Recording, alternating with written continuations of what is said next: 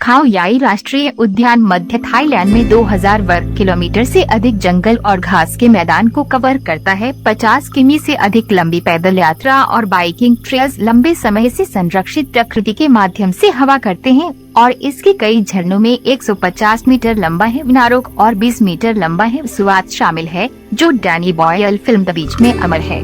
Park भालू, Gibbon, हाथी और हॉर्नबिल जैसे विविध वन्य जीवों को भी आश्रय देता है। खाओ याई नियमित आगंतुकों के लिए थाईलैंड में सबसे अच्छा राष्ट्रीय उद्यान है, जहां कुछ प्रभावशाली जानवरों को देखना अपेक्षाकृत आसान है। 1962 में थाईलैंड के पहले राष्ट्रीय उद्यान के रूप में स्थापित, ये थाईलैंड का तीसरा सबसे बड़ा राष्ट्रीय उद्यान है। मुख्य रूप से नाखोन रच्चा सीमा प्रांत में स्थित खाओ याई प्राचीन बुरी, साराबुरी और नाखोन नायक प्रांतों में फैली हुई है। पार्क का मुख्य चेक पॉइंट बैंकॉक से 180 किमी दूर है।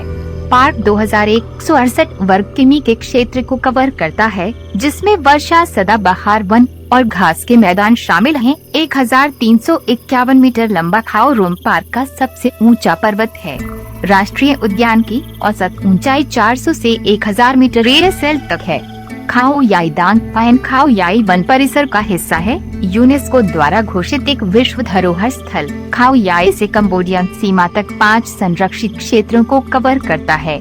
बारिश का मौसम मई से अक्टूबर तक उच्च आर्द्रता और सितंबर में सबसे अधिक वर्षा के साथ होता है।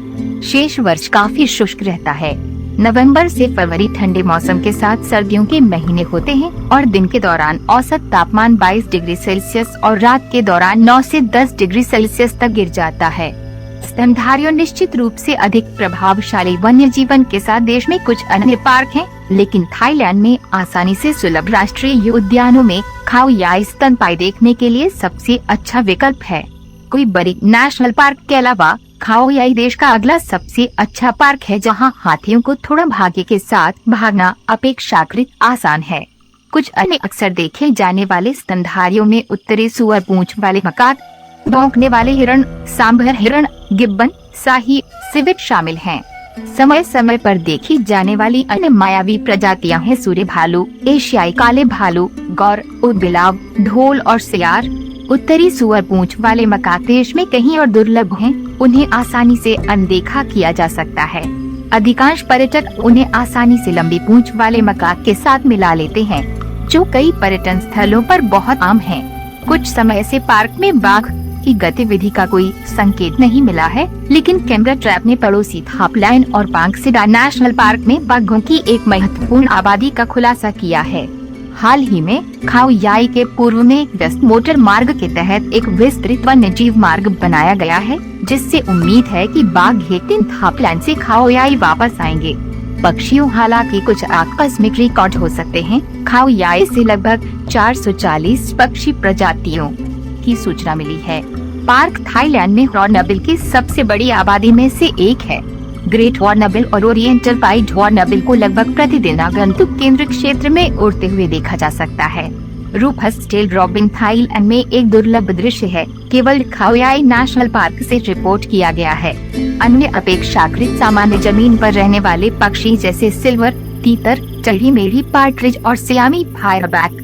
बर्ड वॉचिंग के लिए खाओ याई जाने का सबसे अच्छा समय शुष्क महीनों के दौरान और मार्च से अप्रैल के दौरान होता है, जब थाईलैंड में बड़े पक्षी का प्रवास होता है।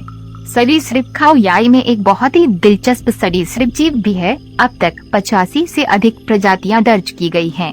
पिट वाइपर में से 3 पार्क में पाए जा सकते हैं। वोगेल के पिट वाइपर, ट्राइमेरेसुरस वोगेली, बड़ी आँखों वाले पिट वाइपर, ट्राइमेरेसुरस मैक्रोप्स और सफेद होंठ वाले पिट वाइपर, ट्राइमेरेसुरस अल्बुलाबिस। पार्क में पाए जाने वाले कुछ दुर्लभ सांपों में गिब्सन के भेड़िए के सांप, लाइकोडोन गिब्सोने, नग्नसन ग्रुंजबैक, डेंड्रेलाप्सिस नग्नसोनियंसिस और जॉयंसन के कुकुरी सांप, ओलिगोडन जॉयंसोनी हैं। थाईलैंड की तीनों अजगर प्रजातियों को खाओ याई नेशनल पार्क में दर्ज किया गया है। दिलचस्प बात यह है कि पार्क में ओरिएंटल हिप स्नेक प्रजातियों के कई रूप पाए जाते हैं, सफेद, भूरा और हरा, और वे खाओ याई में सबसे अधिक पाए जाने वाले सांप की प्रजातियां हैं।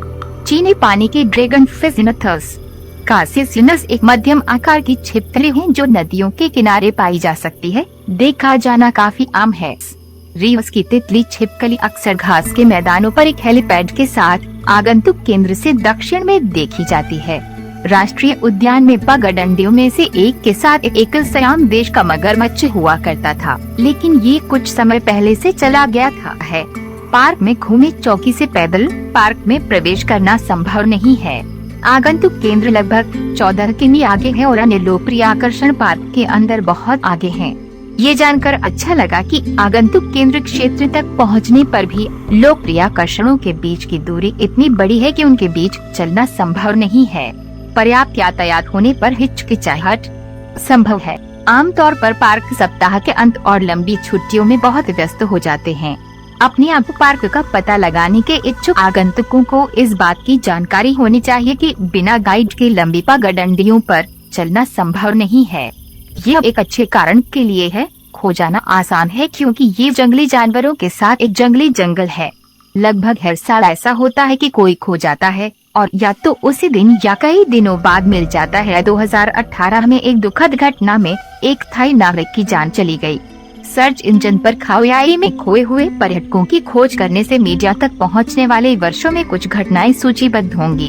केवल कुछ ही पगडंडियां हैं जहां पर्यटकों को स्वतंत्र रूप से चलने की अनुमति है। एक आगंतुक केंद्र के पीछे लगभग 800 मीटर लंबा गोलाकार मार्ग है। दूसरा हाल ही में खोला गया थाई अमेरिकी मैत्री मार्ग है जो आगंतुक केंद्र से बहुत दूर नहीं है। दो सबसे लोकप्रिय झरने, दो लोकप्रिय दृश्य और आगंतुक केंद्र तक कार या बाइक से पहुंचा जा सकता है और बिना किसी गाइड की आवश्यकता के पहुंचा जा सकता है। सभी अपने पार्किंग क्षेत्र से बहुत दूर नहीं हैं। योजना बनाते समय ये जानना अच्छा है कि पार्क में प्रवेश करने के क्षण से उन 4 आकर्षणों तक और वापस चौकी तक लगभग 3 घंटे का ड्राइविंग समय लगता है। उस समय को प्रत्येक स्थान पर दृश्यों का आनंद लेने के लिए खर्च करने के लिए जोड़ें। ये दूसरे शब्दों से कम दूरी नहीं है। वन्यजीव पर्यटन खाओयाई राष्ट्रीय उद्यान में पर्यटन की पेशकश करने वाले कई टूर ऑपरेटर और एजेंसियां हैं। एक दौरे का मतलब जरूरी नहीं कि वन्यजीवों का दौरा हो। इस कारण से ये जानना महत्वपूर्ण है कि पार्क में जाने के बाद आप किस प्रकार के दौरे पर हैं। कई मुख्य धारा की एजेंसियां बैंकॉक से सस्ते पर्यटन की पेशकश करती हैं। इनमें अक्सर केवल झरने, नज़ारे, आगंतुक केंद्र के आसपास का दौरा और सड़कों के किनारे ड्राइविंग करना शामिल होता है। वन्यजीवों को देखने या लंबी पगडंडियों पर चलने में रुचि रखने वाले आगंतुकों को एक अनुभवी अंग्रेजी बोलने वाले गाइड के साथ वन्यजीव यात्रा बुक करने की सलाह दी जाती है। एक निर्देशित दौरे से जंगल में लंबी पगडंडियों पर चलना और मायावी जानवरों को देखना संभव होगा। टूर ऑपरेटर पार्क के प्रवेश द्वार से बहुत दूर होटलों से पिकअप शामिल नहीं कर सकते। साथ ही कुछ होटल अपने ग्राहकों को अपने होटल से लेने के लिए गाइड पसंद नहीं करते हैं। यदि आप एक टूर बुक करने पर विचार कर रहे हैं तो पहले टूर ऑपरेटर के ध्यान के लिए एक पूछताछ भेजना और ये पूछना बुद्धिमानी हो सकती है कि क्या वे उन होटलों से पिकअप करते हैं जिन पर आप